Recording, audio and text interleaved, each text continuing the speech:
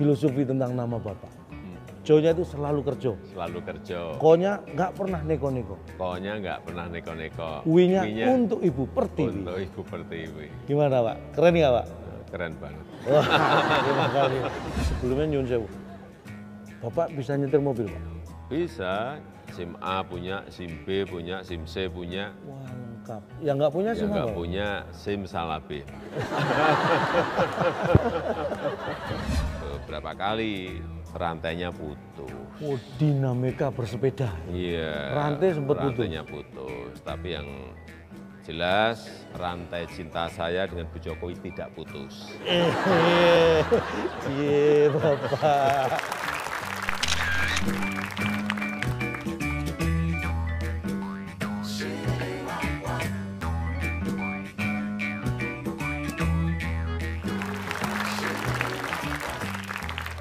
Jika Anda ingat seseorang yang sangat ramah, dengan senyuman yang sangat sumringah, kemudian ke kampung-kampung belusukan yang semua dianggap rumah, tak pernah mengeluh walau terkadang lelah. Seperti melihat auman singa, ia tidak pernah membiarkan kemiskinan menganga. Bersalaman dan berfoto bersama rakyatnya, semua seperti keluarga. Membangun infrastruktur yang terukur untuk semua lapisan masyarakat dan segala umur agar rakyatnya makmur. Karena Indonesia harus maju, tidak ada pilihan untuk mundur. Pemirsa, inilah wawancara eksklusif saya bersama Presiden Republik Indonesia, Bapak Insinyur Haji Joko Widodo. Bagaimana Bapak? Saya terlalu serius nggak Pak ini Pak tadi Pak? Pantes nggak maksudnya? Serius tadi, terlalu serius tadi. Padahal saya bermaksud tadi supaya cair aja Pak. Karena kalau dengan Bapak saya nggak serius nanti. Tapi begini Bapak, ini saya melihat ini Bapak ya menggunakan kostum sekarang, ini baju kebesaran Bapak lah saya anggap, baju putih. Kalau saya melihat makna dari baju putih itu menurut saya ya, itu bukan hitam. Gimana Pak? Apakah Bapak setuju Pak? Ya, yang jelas benar putih itu bukan hitam, tapi untuk saya ya putih itu dilihat bersih, kemudian kalau beli ke toko juga lebih murah gitu. Bersih dan lebih murah, itu kuncinya Pak. Mengawali tugas rutin apa Pak? Ada mungkin hal yang harus Bapak lakukan sebelum mengawali pagi itu, setelah tidur bersiap untuk bertugas. Kalau pagi subuh, Sholat subuh. Ada minuman-minuman tertentu Pak, saya dengar kan Bapak itu dekat sekali dengan jamu. Itu setiap hari Pak? Atau ada? Iya setiap hari, jamu temulawak sama jahe. Itu buat ginjal bagus Pak ya, hati? Bagus untuk ginjal, bagus untuk liver, untuk hati bagus. Pak ini begini, saya akan berbicara dengan berbasis data Pak. Karena di luar banyak orang yang asal bicara, asal nyinyir tanpa ada data. Saya punya data begini Pak, Indonesia ini punya keragaman hayati yang luar biasa. Diperkirakan sebanyak 300.000 jenis satwa liar. Itu ada di Indonesia. Itu sekitar 17,5% dari satwa yang ada di dunia. Ini padahal Bapak, luas Indonesia ini daratannya hanya 1,3% dari luas dunia. Tetapi lautan kita dihuni 45% lebih jenis ikan dari yang ada di dunia. Nah, berkaitan dengan hal tersebut, Bapak ini lebih suka soto ayam, soto daging, atau ikan bakar? Saya semua makanan khas asli Indonesia, seneng semuanya. Jadi tadi apa? Soto ayam. Soto ayam suka. Soto daging. Soto daging suka. Ikan bakar. Ikan bakar suka. Suka. Tadi yang paling penting memang harus ada perlakuan khusus dulu, ada perlakuan khusus dulu. Ini kita pengen tahu perlakuan khusus terhadap ayam, daging, kemudian ikan tadi seperti apa Pak? Ya, yang paling penting harus dimasak dulu. Kalau enggak mau makan daging mentah, mau makan ikan mentah. maaf Pak, saya sudah pensiun jadi kucing. Bener, memang harus dimasak dulu. Bener, Nah iya bener, dong, harus dimasak dulu. Bapak ini bisa. Masa mentahan-mentahan suruh makan yang benar saja. Nah, tapi Pak, bicara masalah kekayaan kuliner di negara kita ini Pak. Sekarang banyak anak-anak muda juga yang semangat terjun di dunia kuliner. Bagaimana menurut pandangan Bapak? Ya bagus, bagus. Ini memang terbuka kesempatan bagi anak-anak muda untuk membuka entah warung makan, entah restoran. Jadi didukung 100% Pak? 100% didukung oleh pemerintah. Sebelumnya nyun sewu, Bapak bisa nyetir mobil Pak? Bisa, nyetir mobil bisa, nyetir motor bisa. SIM? SIM punya, SIM A punya, SIM B punya, SIM C punya. Wah lengkap.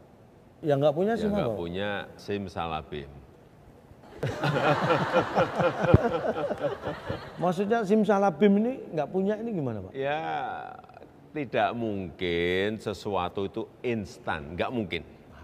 Apalagi membangun negara instan langsung sejahtera, itu juga tidak mungkin. Semuanya harus melalui proses yang panjang. Karena ini adalah negara besar.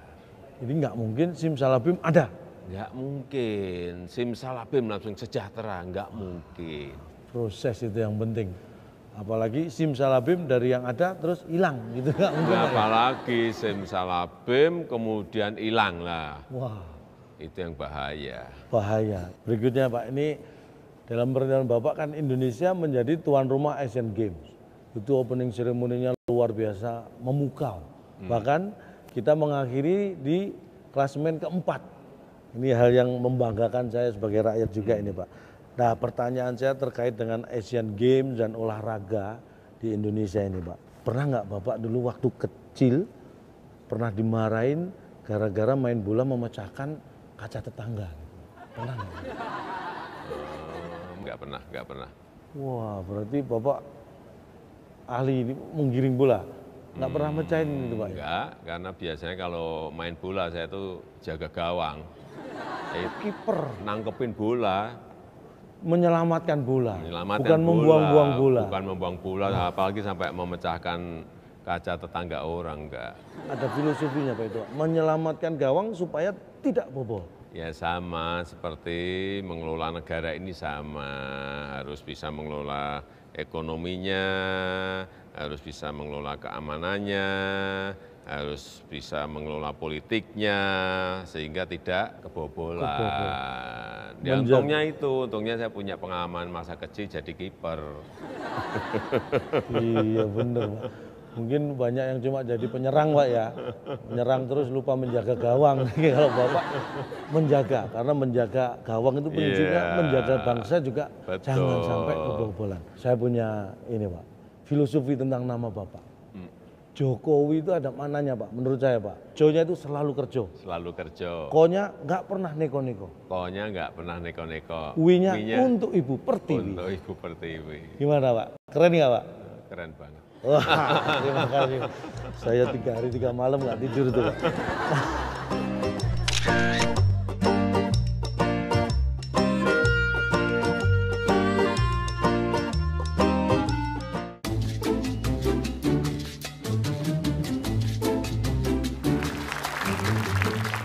Sekarang lebih akrab lagi Pak, kita bicara masalah keluarga Pak. Masalah keluarga. Boleh kan Pak ya? Boleh.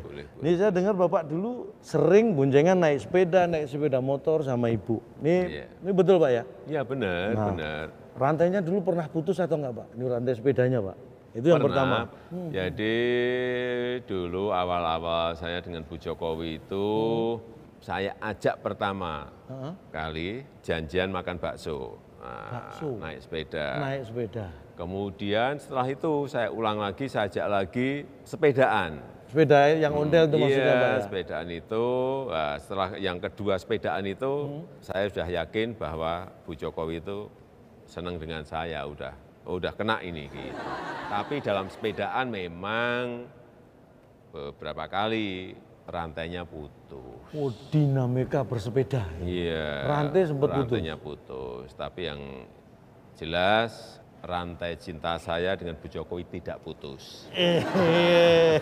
Cie Bapak, rantai sepeda boleh putus, tapi rantai cinta Tidak boleh. tidak boleh putus. Luar biasa. Wah, kalau saya jalan-jalan ke mall itu Pak, bukan pamer Pak ya, istri itu selalu saya gandeng loh Pak. Kenapa? Pak, karena kalau saya lepas dia belanja nggak karuan Pak. Pertimbangan ekonomis Pak. Nah, kalau ibu Pak, ibu itu kalau diajak jalan-jalan sama Bapak, apakah sama dengan ibu-ibu yang lain gitu Pak? Ya mirip tapi tidak sama ya kalau kalau memang pas jalan-jalan ke mall belanja ya apapun kita harus tetap menunjukkan antusias bahwa mendukung gitu. Tapi ya saya bisik-bisik jangan banyak-banyak belanjanya. Jangan banyak-banyak belanjanya, jangan lama-lama, kaki sudah pegel gitu. Nah, lebih lagi nih Pak, Bapak ini kan terkenal dekat dengan putra-putra, putra-putri Bapak lah, anak-anak Bapak. Tapi semenjak ada Jan Etes, ini kayaknya Bapak lebih sering terlihat dengan Jan Etes daripada dengan anak-anak. Benar Pak ya? Iya, nah, itu menguasai Jan Etes ketika rewel itu seperti apa Pak? Ketika rewel, ya saya ajak jalan-jalan, dia itu tugasnya MC ya itu. Harusnya kan MC itu saya Master of Ceremony gitu Pak. Enggak, kalau MC ini ngomong cucu, seperti itu. Ngomong cucu. Nah, kalau misalnya di Istana Bogor gini jalan-jalannya? Diajak memberi makan ikan, diajak memberi makan kambing, diajak memberi makan rusa. Memberi makan. Iya, diajak memberi makan kuda, dan hewannya banyak banget. Tapi kalau jangan deket-deket dengan saya Pak. Nanti saya takutnya kalau Jan Etes deket saya malah rewel Pak. Kenapa? Nanti malah rewel takut saya beri soal teka-teki sulit Pak. Nah Pak, cucu sudah 2 kan Bapak? Sudah 2, Jan Etes sama yang putri Sedah Mirah. Ya alhamdulillah sudah laki dan sudah perempuan. Nah ini Pak, tadi kan Ibu belum diartikan namanya Pak. Saya punya arti nama untuk Ibu Pak. Ibu Iriana. Ya. Iriana. Inginnya. Ri itu Republik Indonesia. Ana. Aman dan sejahtera di mana-mana. Keren lagi Pak ya? Wah keren banget. Terima kasih. Pokoknya kalau urusan nama serahkan saya Pak. Saya dulu anak saya kan saya kasih nama Jonathan. Artinya? Nah ini proses kelahirannya Pak. Dulu waktu mau melahirkan posisi di rumah istri saya Pak. Siang-siang Pak di Jakarta saya bawa pakai mobil ke rumah sakit gara-gara macet waktu itu Pak. Waduh anak saya lahir di jalan. Makanya Jonathan. Apa itu? Brojol karena kemacetan. Nah, Pak, tadi saya ingat Bapak menyebut makanan yang dipilih saat PDKT dengan Ibu itu bakso. Bakso ya, bakso. Padahal kan banyak makanan, Pak. Kenapa jatuh pilihan pada bakso itu? Bakso ini yang pertama ya pas untuk saya saat itu dan murah. Pas secara porsi dan secara harga berarti. Betul, pas dan murah. Ya coba kalau misalnya saya dengan Bu Jokowi, saya ajak makan nasi tumpeng. Wah, ya, Bu Jokowi kenyangan. Nanti PDKT malah dikira bersih desa ya Pak, selamatan. Ya, yang pas itu ya bakso. Dan bakso itu kearifan lokal. Bakso itu bulat. Ada maknanya? Tekad bulat kita berdua untuk membangun rumah tangga yang bahagia, menjadi satu terus. Wah, luar biasa. Mulai sekarang saya akan sering makan bakso supaya kita bisa bersatu, Pak.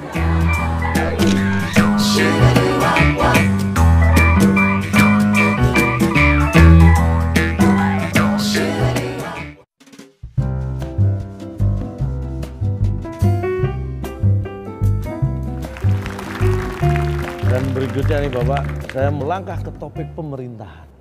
Wah, ini Bapak ini kan saya kenal dulu jadi wali kota, kemudian gubernur, dan sekarang adalah Presiden Republik Indonesia. Itu pengalaman yang sangat luar biasa menurut saya Pak. Padahal kalau saya nih Pak, terus terang ini curhat Pak ya, saya pengen jadi RT aja 2 periode ini gagal terus. Artinya skop yang kecil aja saya nggak mampu, tapi Bapak bisa meningkat yang luar biasa. Apa ada kunci-kunci dan resep-resep khusus itu Pak? Pelajaran pertama yang paling penting itu adalah memimpin keluarga dulu. Ini penting banget. Ini pelajaran pertama, harus memimpin keluarga dulu. Dimulai dari keluarga. Iya, dimulai dari keluarga. Karena memimpin keluarga itu juga ada teorinya, ada leadership-nya, ada kepemimpinan di situ. Terutama komitmen untuk keluarga, kasih sayang untuk keluarga, membahagiakan keluarga.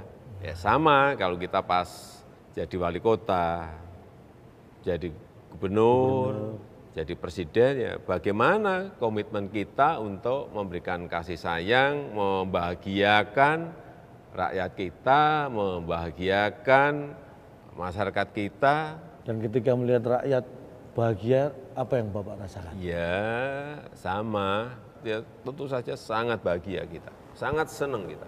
Nah berikutnya Pak, ini mohon maaf, di luar sana itu saya sering mendengar, infrastruktur itu tidak bisa dimakan. Ya memang betul, infrastruktur itu kita bangun bukan untuk dimakan. Iya dong, masa orang disuruh makan aspal, Makan semen. orang suruh makan semen, ya kan tidak seperti itu. Infrastruktur memang tidak untuk dimakan. Tidak untuk dimakan, tapi infrastruktur ini bisa mendekatkan makanan dengan masyarakat. Infrastruktur ini bisa membuka lapangan kerja. Infrastruktur bisa mempercepat mobilitas barang, mobilitas orang, sehingga semua menjadi lebih mudah, menjadi lebih murah. Kalau hanya kayak simsalabim ini murah, simsalabim ini menjadi terbuka lapangan pekerjaan, nggak ada itu. Ada caranya. Dengan infrastruktur yang baik, maka semuanya akan menjadi mudah dan murah, begitu Pak ya? Betul. Goalnya ke sana. Mohon izin sebentar Pak ya. Mikir. Nah berikutnya Bapak, ini kan Bapak gencar membangun infrastruktur. Tetapi ada sebagian masyarakat kita juga yang punya pemikiran, kenapa uang sebanyak itu untuk membangun infrastruktur, kenapa nggak dibagi langsung aja buat mereka. Nah ada yang berpikir begitu Pak, gimana nih kalau menurut Bapak?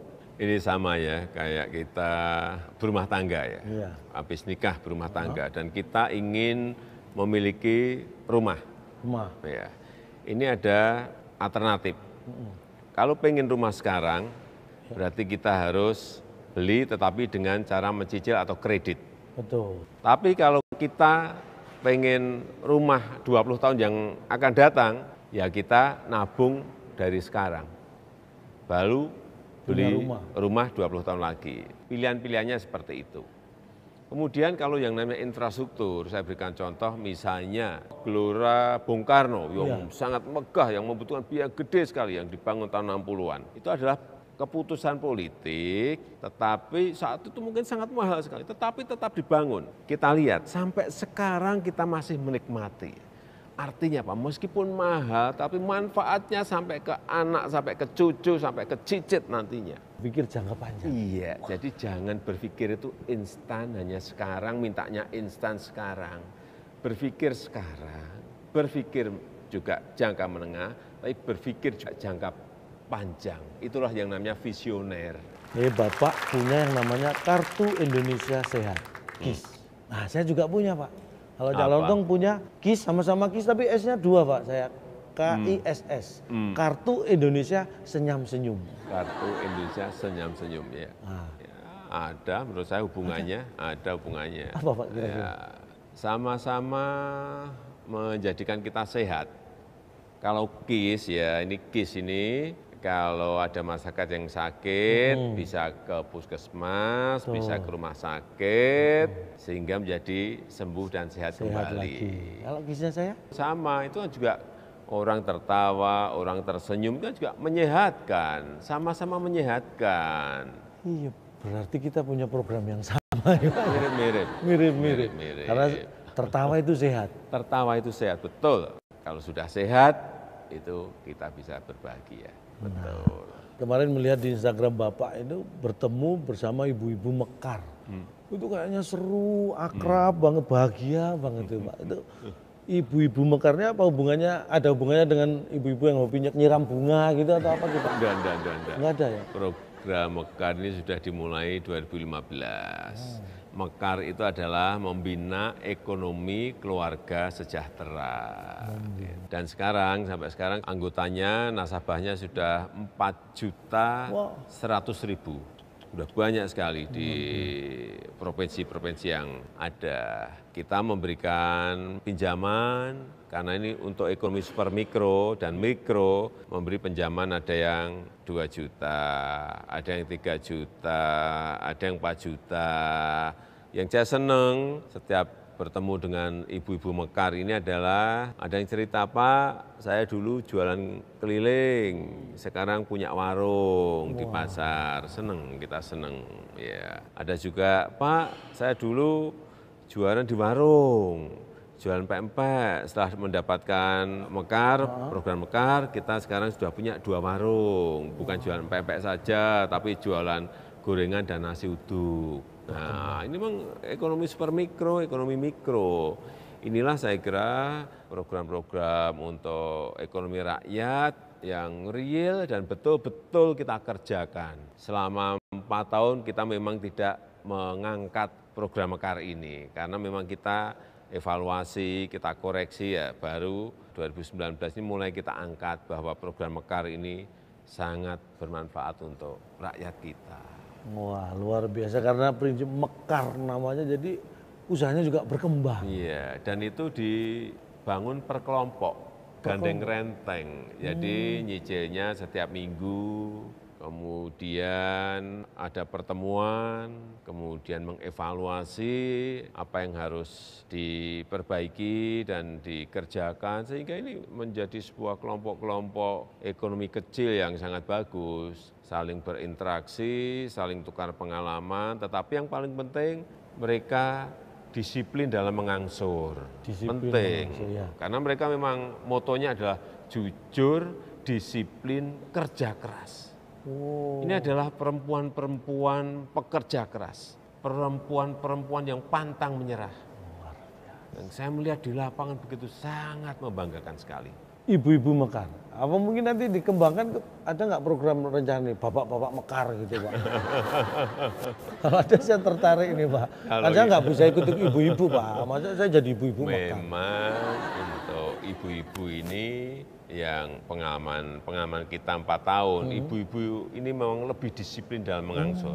Sehingga laporan akhir tahun 2018 kemarin, non-performing loan, jadi pinjaman yang tidak balik itu dapat diganti tidak ada, hanya 0,1%.